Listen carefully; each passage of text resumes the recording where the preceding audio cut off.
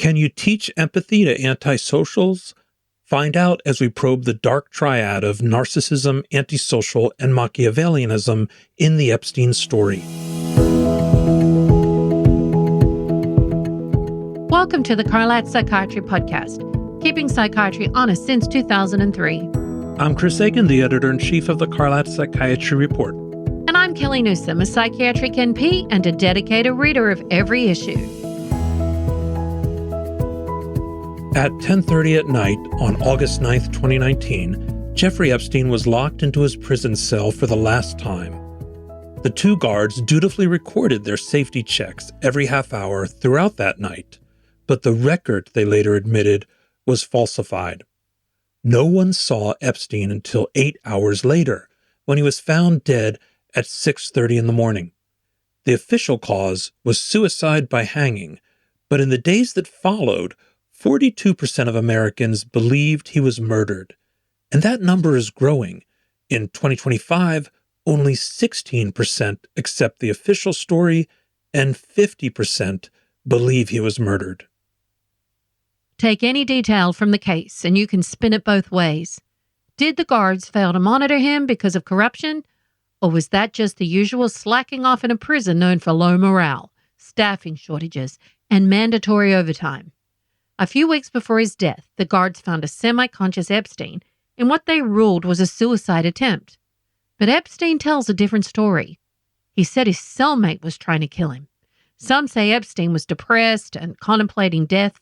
Others say he was optimistic and expecting a pardon. And some say he was too narcissistic to take his own life. We don't know how Epstein died, but we can dispel that last myth. Narcissistic personality disorder raises the risk of suicide. The APA practice guidelines rank it among the major risk factors for suicide, listing extreme narcissistic vulnerability alongside past suicide attempts, substance use disorders, loss of executive function, and extreme black and white thinking. When you lack empathy for others, you also lack empathy for yourself. Your life becomes a transactional account, and if the account falls short, suicide starts to look like an option. Suicide by people with narcissism is more severe, lethal, and deliberate. When it comes to completed suicide, it's older white men who have the highest risk, and based on the cases I've seen, I suspect that narcissistic injury underlies some of that risk in older white men. At the other end of the demographic spectrum, suicide attempts are rising dramatically in the population that Epstein preyed upon, teenage girls. However, the rate of completed suicide hasn't budged much in this group. Most of this elevation is in suicide attempts for teenage girls. Like narcissism, antisocial personality disorder also raises a suicide risk, approximately threefold. But to better understand whether Epstein had one of these cluster B personality disorders, we need to go back to his work history. But first, a peek at the CME quiz, which you can take in the show notes.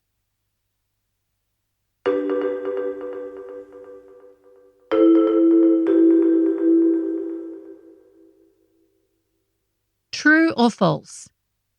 The dark triad has influenced popular conceptions of personality disorders despite limited research support.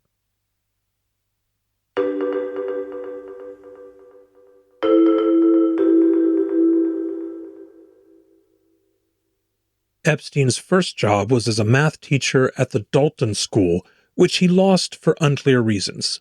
Maybe it was because he fabricated his resume or had boundary violations, or the fact that he delivered his lectures wearing a fur coat, gold chains, and an open shirt that exposed his chest.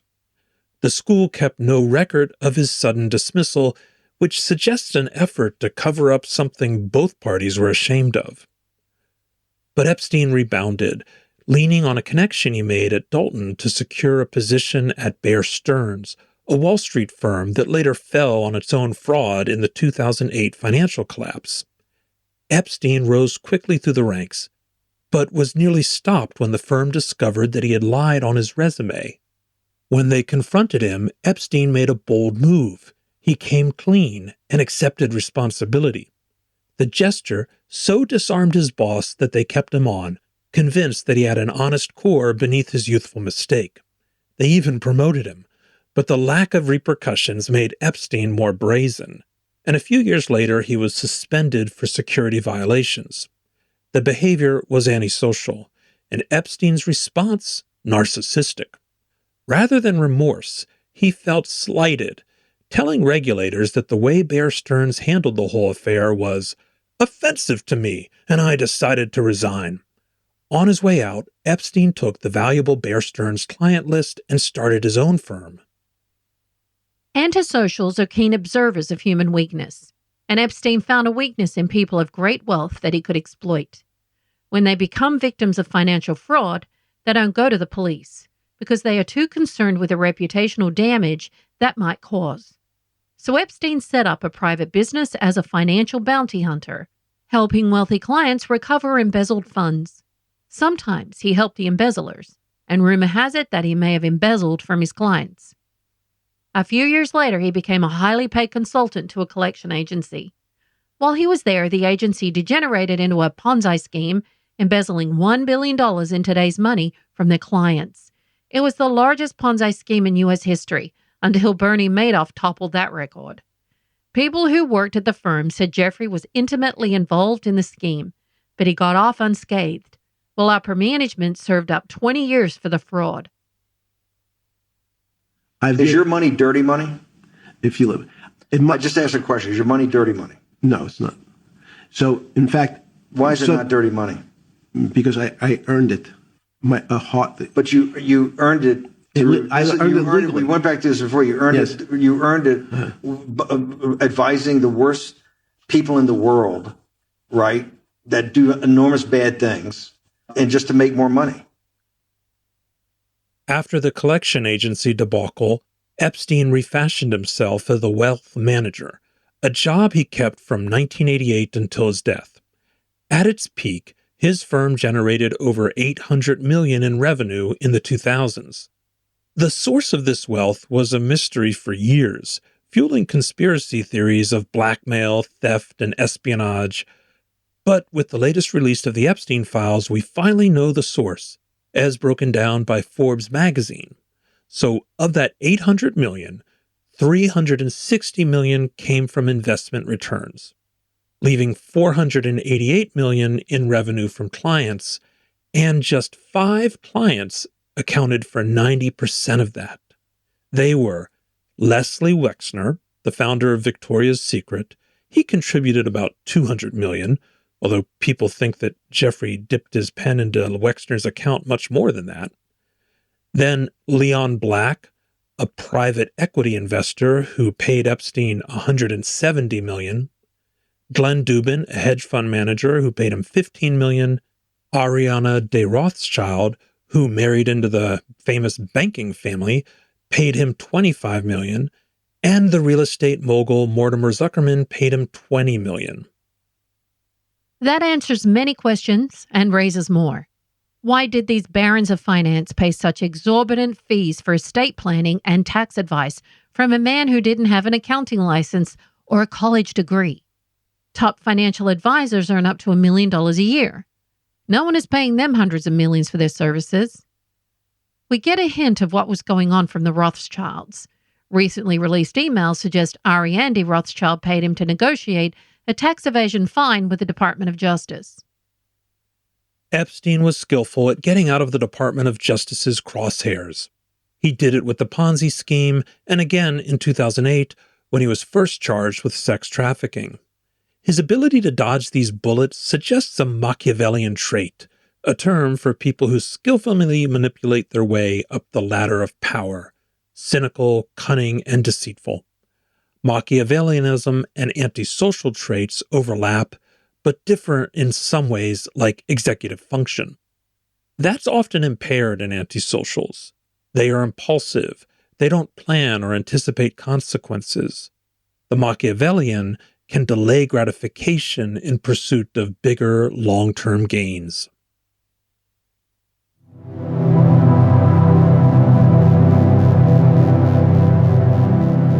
In 2002, psychologists Delroy Polhus and Kevin Williams coined the term dark triad to describe a dangerous trio of traits: Machiavellianism, narcissism, and antisocial personality.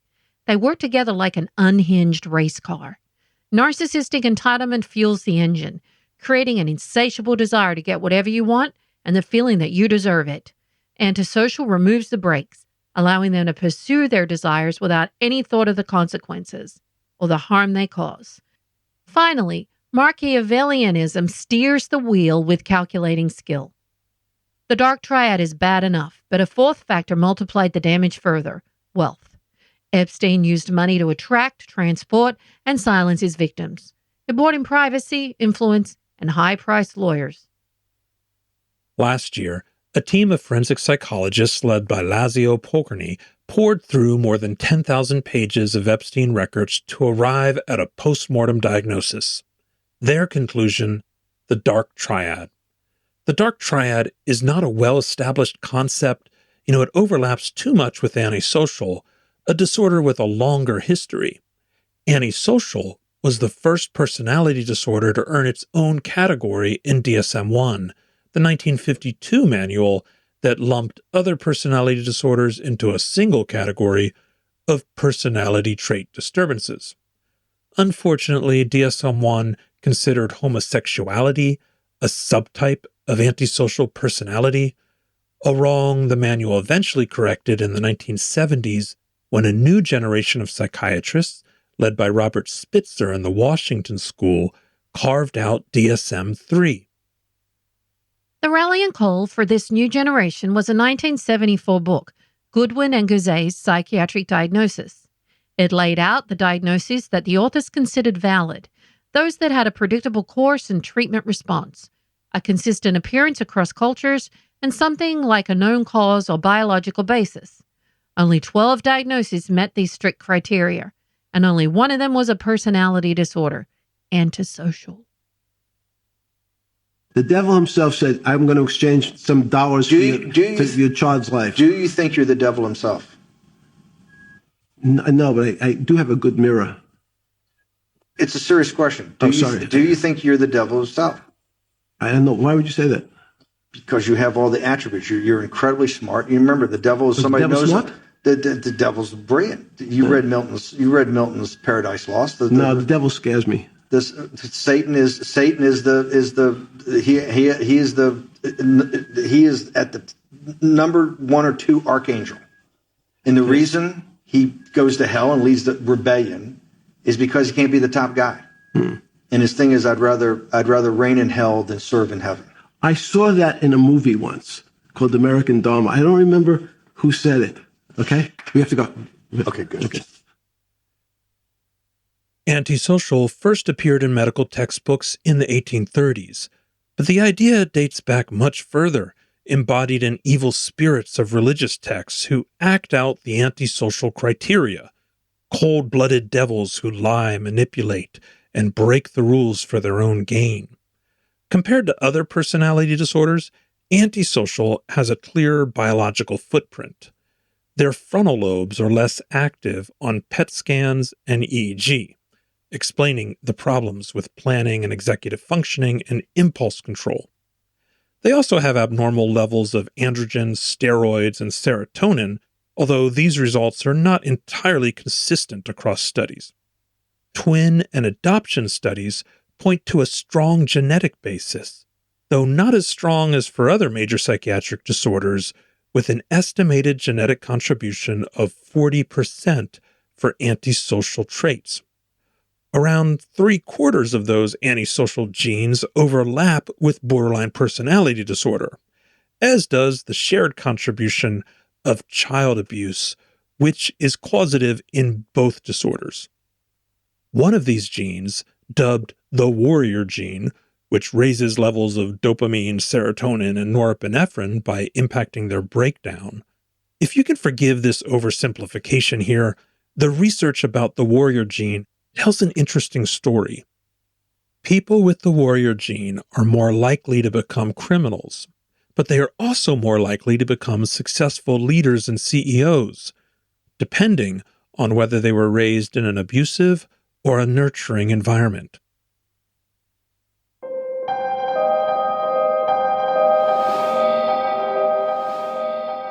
DSM-3 is often called a revolution, but it was more like the televised version of the revolution. The APA watered down Goodwin and Gouzet's ideas, expanding their 12 core diagnoses into 265 disorders and dropping any mention of known causes. If you want to read the real manifesto, check out Psychiatric Diagnosis, which is updated more regularly than the DSM. Now, in its 7th edition, the book has only added 2 diagnoses to the original 12, borderline personality and PTSD. You won't find the dark triad in that book or in the DSM, but it has spread like wildfire in popular culture and often comes up in my sessions. Here's an example. A patient came in with a sense of inspired relief, saying they finally figured out the cause of their problems. After talking with friends, their therapist, or reading online, they've realized their ex-spouse, parent, sibling, etc. is a Machiavellian narcissist. The dark triad has trickled into dating culture and online advice columns, bringing us terms like gaslighting, trauma bond, dark empaths, and toxic personality. These are people who triangulate to manipulate others. They love bomb, showering their victims with gifts and compliments early in the relationship, only to neglect or abuse them later, but setting off shallow love bombs often enough to keep their hold on the insecure attachment. If you've seen the movie Wolf of Wall Street, you've seen this play out between Jordan Belfort and his wife, Naomi Belfort. After their first date, he sent her more flowers than she had square footage in her Brooklyn apartment. The real-life Naomi Belfort is now known as Dr. Nadine Macaluso. She divorced a love bomber, became a therapist, and wrote books on domestic violence and the dark triad. The advice in these writings is always the same: cut off all contact with the toxic person. The problem with that advice is that these dark triad traits occur on a spectrum. Everyone has a few of them, and in close, conflicted relationships, they get magnified. Empathy shuts down on both sides when people fight tooth and nail in zero-sum games like employment disputes and divorce litigation. When it comes to full narcissistic personality disorder, not just a few traits, around 2 to 6% of the population has it, much smaller than the widespread complaints would suggest. Antisocial personality has a similar prevalence, around 1 to 4%, about 3 times more common in men than women. John Oldham, a psychoanalyst who chaired DSM-4's personality disorders section, wrote a popular book on personality that is full of sound advice. Oldham breaks down each personality disorder into 2 sides. On the normal end are people with some traits, but they are not so inflexible to cause major problems. On the pathologic side are those who are inflexible, unbalanced, and problematic in those traits. Oldham uses clever, non-pathologizing terms here, like borderline is called the mercurial type, obsessive-compulsive is the conscientious type, and antisocial, the adventurous type. For each type, he gives practical advice. For example, he suggests that obsessive-compulsives practice showing emotions and making spontaneous decisions by flipping a coin instead of running everything through an Excel spreadsheet of pros and cons. For mercurial borderlines, they may need to step back and make lists of pros and cons before jumping into action. Then Oldham gives advice for those who are dealing with these personalities, the spouses, friends, and coworkers. In each case, he finds a way to manage it, with one exception: pathological antisocial personality disorder. If you are in a relationship with them, Oldham has only 2 words of advice: get out.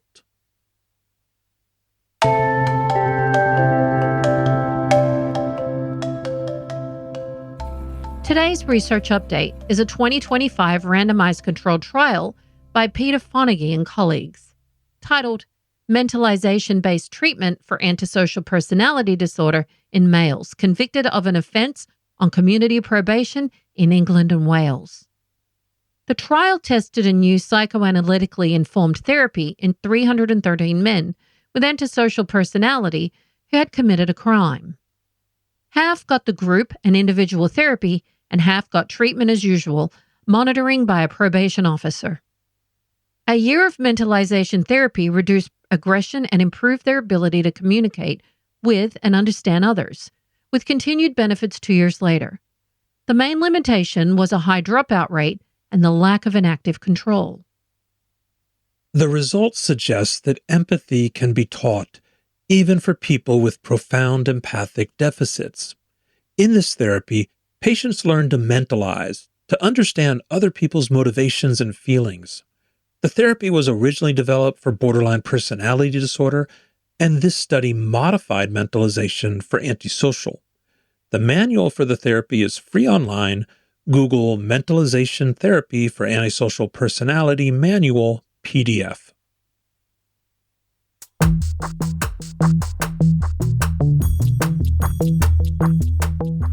After we recorded this podcast, news broke that takes us back to the morning of August the 10th, 2019, when Epstein was found dead in his cell. 10 days prior to his death, the prison guard on that shift made a suspicious cash deposit of $5,000 in her bank that was flagged by her bank as suspicious. And 1 hour before his body was found, the same guard searched the internet for media updates about Epstein. But this podcast is not a whodunit thriller. The psychiatric interest here is why people believe what they believe. Sure, this all looks suspicious, but we could spin the data another way. The guard started making these cash deposits over a year before Epstein went to prison, and made 12 of them over that year, totaling $12,000. Sure, maybe it was money laundering, but not necessarily about Epstein. Whether we're assessing delusions or rethinking our own closely held beliefs about psychiatry, it's a reminder that we can never be too certain.